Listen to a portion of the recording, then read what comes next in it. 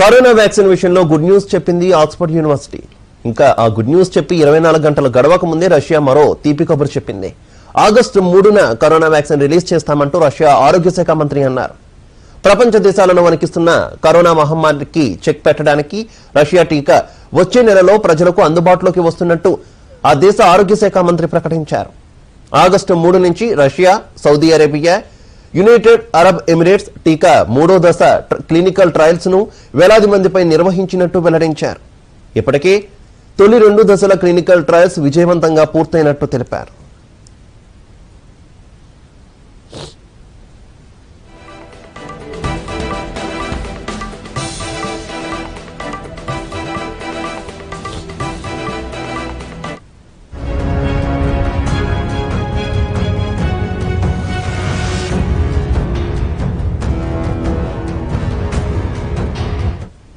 అన్ని సక్రమంగా జరిగితే ప్రపంచంలో ప్రజలకు అందుబాటులోకి వచ్చే తొలి కరోనా టీకాగా రష్యా వ్యాక్సిన్ నిలవనుంది. ఈ ఏడాది దేశీయంగా 3 కోట్ల డోసులను ఉత్పత్తి చేయనున్నట్టు రష్యా ప్రకటించింది. మరో 17 కోట్ల డోసులు విదేశాల్లో తయారవుతాయని తెలిపారు. వ్యాక్సిన్ తయారీకి 5 దేశాలు అంగీకారం తెలిపినట్టు రష్యా వెల్లడించింది.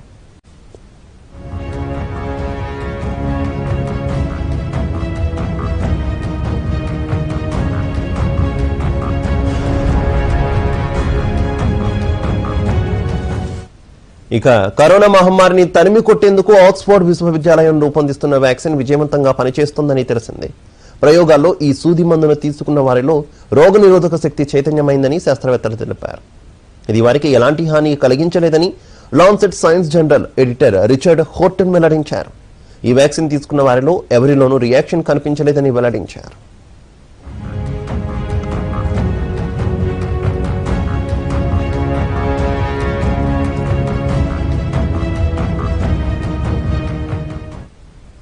We have 23 COVID-19 candidate vaccines in clinical development, and as of today we add 1 candidate vaccine for which phase 1 clinical data is available. So we have Pfizer product which the data is available on pre-publication. So it's great, first of all, to see the data coming through into peer-reviewed journals.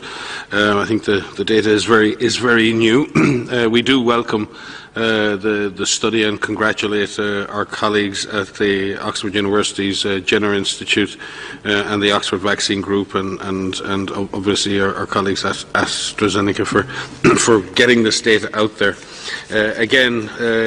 This vaccine was given to 1,000 healthy adults between the ages of 18 and 55 and certainly did not appear to have any serious adverse events other than the expected, in some cases, chills, muscle aches, headaches. And the vaccine did generate neutralizing antibody